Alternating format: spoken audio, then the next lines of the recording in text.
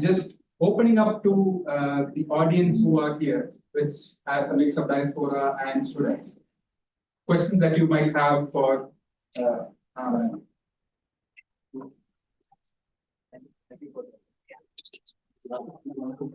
So, my doubt is, when you are talking about the majority of Indians, 90% of Indians, these are that when you say, are you comfortable talking to a policeman, raising your research, which are you, very rarely we find Karnataka people are very lucky to have you as a policeman. Then 100% are very okay to talk to you when you are back.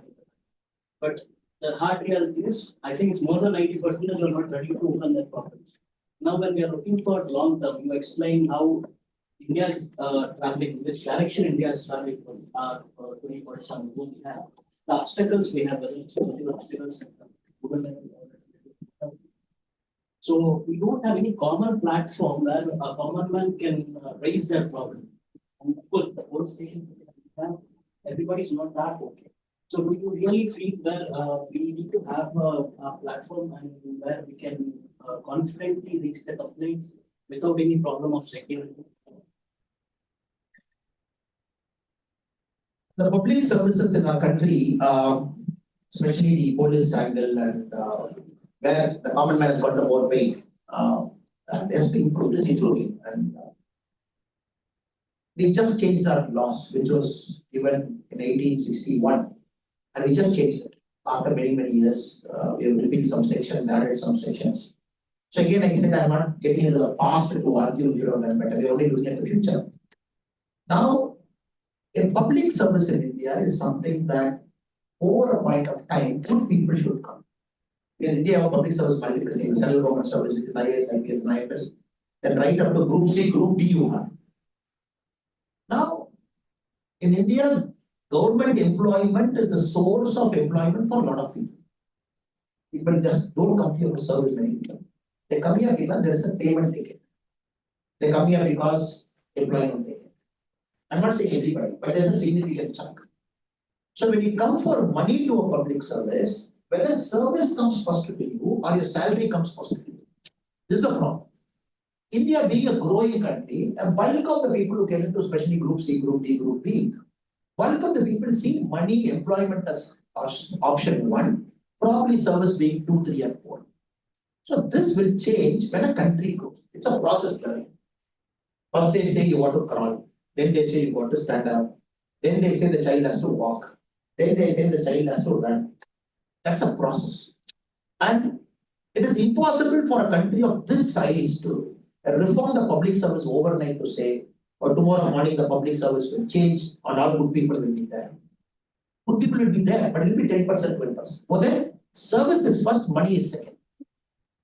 So this is changing now because when the country is growing economically, when you're growing economically, for example, police constables, it doesn't always keep telling, it doesn't matter who the IPS officer is. It always matters who the constable is. Because the constable is the person who sets the norm in a police station. Because in a police station, you get about 40 constables, about 15 head constables. Then you put some assistant inspector, probably about 50, 55. It is the constable who set the norm. Inspector will be one guy, and half the time is outside the police station doing bandobast. And half the time the public goes and meets the constable who is sitting there. But what is the motivation of a constable? Is he service minded? Is he money minded? Is he corruption minded? So that is where you get the impression of police. So you don't see an IPS officer. How many of us go and meet an IPS officer? Very rarely. Very rare. So most of us will meet a sub-inspector or a police constable to say, oh, police is bad. So that is the problem. So we don't meet a collector. You and me, we don't meet a collector. We meet a tahsildar, a clerk, a first division assistant, a second division assistant. We meet them because he gives you a birth certificate, he gives. 90% of people in a developing, growing country, public service is possibly not their number one motive. It is possibly number 3 or number 4. But for that, the economy has to grow. Their government service people have to look at differently.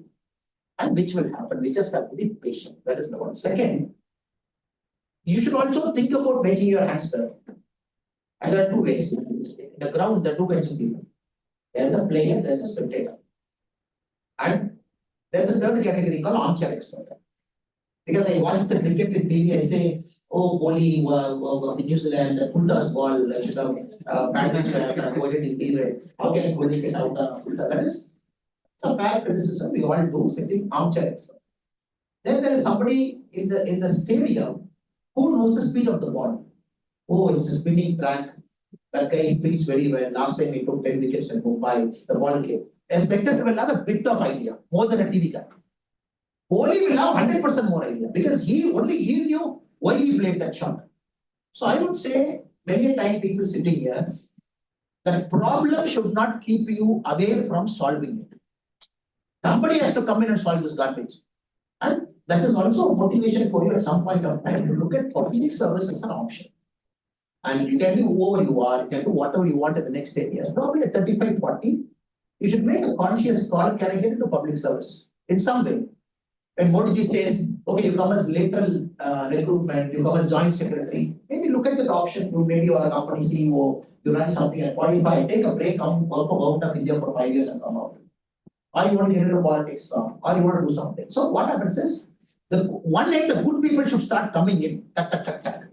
At the bottom level, because of economic improvement, it will keep changing. So when a lot of top people are not coming, that is my main complaint. My main complaint is not the bottom. The main complaint is top. Top people are like, okay, I got my first car, fine, great. I got my first apartment, great. Then my argument is always, why do you want a second car? And why do you want a second apartment? So at some point of time, we should know that money is okay. And after a point of time, it is only an incremental value. So you all get, I think that you teach about incremental value of a product. So after 2 lakh rupee, the next 1 rupee is less incremental value. So this is where I believe younger generation should jump more into politics, more into civil service, more into cleaning up the public service. When you get come, the system will start changing. In the interest of time, we'll probably have very quick 2 questions because we need to wrap up for 5:30 sharp because there's a flight to catch soon after. The mic is with somebody quickly that person. If you can take 2 questions together, that's also good. Hi, Annamalai. Thanks for your talk. My name is Vijay. I run a business in Manchester and Glasgow. It's called Qbox Energy. It's a smart energy technology business. Of course, I've been following all the developments in Tamil Nadu. I always keep in touch. And I look at, of course, the things that you were talking about, the energy markets and what is happening with the situation in Tamil Nadu. Of course, my question is about how do we engage with the Indian market? I've been running this business for 8 years. Of course, the openness and transparency you both touched upon, that has helped me, grow the business, start the business here. It's because there was government funding and R&D support and competitions which we were able to get. But then how do we engage in the Indian market? So how do we start? We've tried a couple of ways, but then we struggle. We're waiting for we need a big backer, that kind of thing. The very important one. I would like to answer this. It's applies for everyone. Now, what my brother Vijay's question is very, very important. It's like many a time we blame a Western democracy. We say, okay, this, that, and we keep blaming. But Western democracy gives a fair opportunity for everybody to succeed. US and UK especially, like my brother says in Birmingham and that's a fair opportunity. The law is safe for you, white pay, the law is safe for me, and I'm succeeding there. They don't think me unfair. In our country, which as a politician I've been very vociferous over the last 3-4 years that we are, especially in my state where I'm in politics now, that our favoritism is actually costing talent. The government sitting in power, they favor somebody and that released a lot of corruption fights, this, that, and they put information case against me, including the company which lost the contract later. And that is a struggle like you for me also as a politician to bring the transparency there. I'm really with them in letters, I'm really with them. So right now, if you want to bid for an open tender in the energy market in a state of any state, let us say Tamil Nadu as an example, then is it a fair process that do I get an opportunity? If you ask me, I would say right now, no, there's no fair process. And if I go to the appeals process, is it fair? Probably I might tell you it's not fair.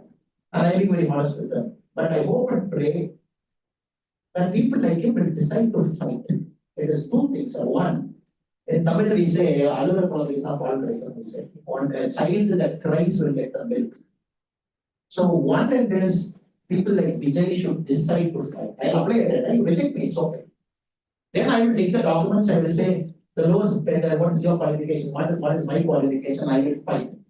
Because many times this bureaucrats are like, sir, this guy, he loses 5 tenders, sir. If he loses all 5, then he will fight with me. He will go to Competition Commission of India. He will file RTI. He will go to Lokayukta. He will go to Anti-Corruption Bureau. He will write to Prime Minister. This kind of entrepreneurs succeed in India, which I've seen. Which is not Vijay's job. I'm not saying his job is to run a company, give employment, and help his company to grow, that way the economy will grow. But I would say it's a two-way fight. One, very well-intentioned people are just giving the hyperbole to myself, I'm giving that title to myself. With humility. Our fight is on one side. Vijay's fight should be on the other side.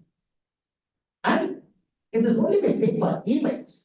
You just have, because what happens, sir? This complaint has got a power of its own. There will be some good guys sitting somewhere. He will take that complaint immediately. Not everybody's bad. That one guy should get the complaint. He will summon that guy. What did you get the contract? Show it to me. So many a time in India, I've seen contracts getting reversed. So let us wait for the good times to happen. But before that, I would only advise you, there's no personal risk, safety, nothing. You can sit in UK, say file everything online. Competition Commission of India is open, Anti-Corruption Bureau is open. Just keep fighting with it. Because what happens? All you need is an entry. The Indian entrepreneurs, I keep telling them, we have to give them that first opportunity. That's it. Once you give them, then they kind of hold on to it. But getting that first one is a problem. It has changed now more than 10 years before. It will change 10 years from now. But instead of waiting for 10 more years, we just have to grab it by the neck and go and do it. That's the only option. That's really good answer. Maybe stats says that like India is now, from our own report, if we look at India is now second best place in terms of starting and It is improving, sir, but I want Vijay to come now. Yeah. He can be $1 billion entrepreneur in about 10 years. question here. Thank you very much.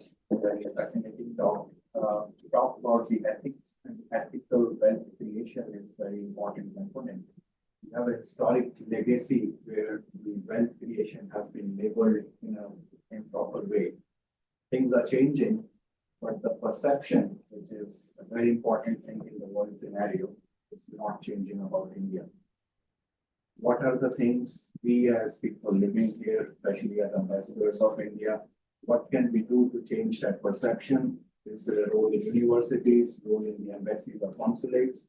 Just to end there, before we leave the opportunity, I've heard about it, but I'm hearing and listening and seeing with my own eyes.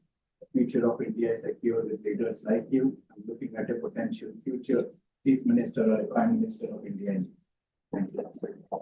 There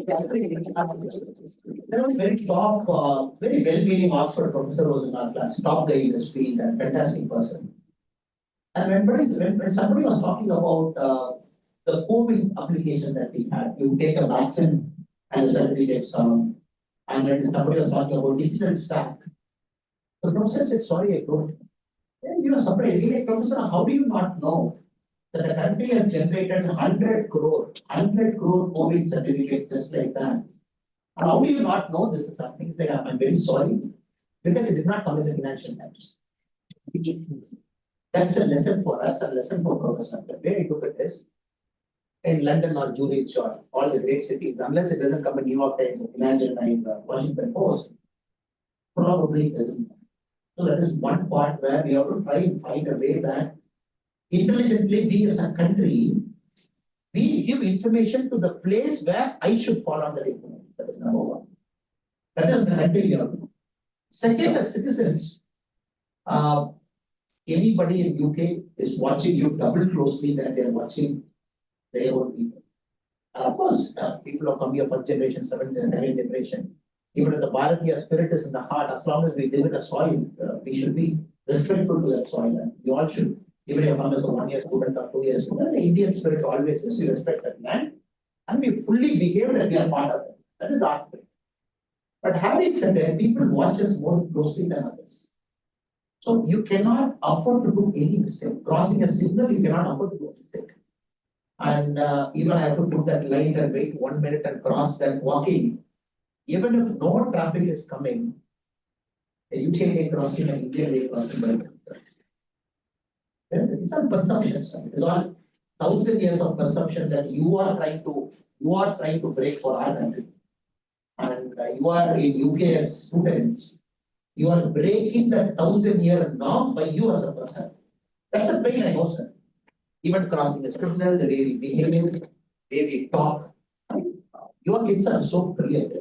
And especially the first and second generation Indian kids whom I see here, who are born here, they are like amazing, sir. And like my tears in my eyes, they are like, they got the best of Indian parentage and they got the best of UK social life. They are like super. And the way they talk to you, the young kid, the politeness, the respect, at the same time dignity. And those things are lucky. Because the Indian parents have made sure that that is there and the values are picked up in the class and ecosystem. So it is changing. That is why in UK, the Indian community is possibly 1 or 2 in terms of wealth creation overall. In all social indicators, number 1, be it health, be it all social indicators, number 1. In US, very clearly Indian community is number 1. Indian community, US is far ahead of everyone. The US community comes close to him. So this is a very powerful demonstration of change. I can come here and speak, sir. Anybody can come and speak. But they see you to believe what India is. So that is second. And the third one is very important one, the part. We get more forums to talk, sir. And many times, sometimes the divisions we bring to a foreign country also, north, south, and this, that, language and everything. So I believe when we step into a foreign shore, and India comes first. And there is a very beautiful Tamil movie, Amaran. I'm not sure how many have watched it. It is based on the story of Major Mukund Varadarajan. And Sivakarthikeyan has acted. It is like super hit in Tamil. And I was initially slightly apprehensive. War movies, army movies in Tamil Nadu. How will I see it? It's like the house full every single day it is running. It is just running every single day. My friend was telling, in the intermission scene, there is this dialogue the hero says. He says, watch, this is the face of Indian army. He said the whole theatre stood up and clapped. People say, oh, from Tamil Nadu, less number of people come to army. Then only few people come to army. He said, in a late night show at 2 o'clock, the whole theatre stood up and clapped. And he said, this is the face of Indian army.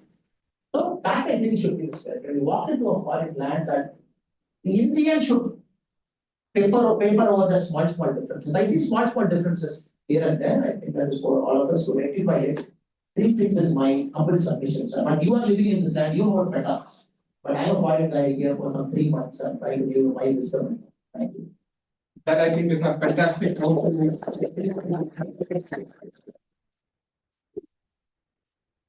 In fact, the purpose of us putting together this is one of the third point that you had, right? Like having these forums are mechanisms by which we can bring the thought of what's happening in India and sort of global. So thank you so much, Amma, for making this visit to us. Thank you so much for the University of Glasgow team, Paul from the knowledge team, Connor from the comms team for sort of pulling this all together in a 2-week span, managing, coordinating, setting it all up. So thank you so much for the Glasgow team, and thank you so much for all the people joining us. We'll end this by a group selfie. I'm sure a lot of you want photos at the end, so we will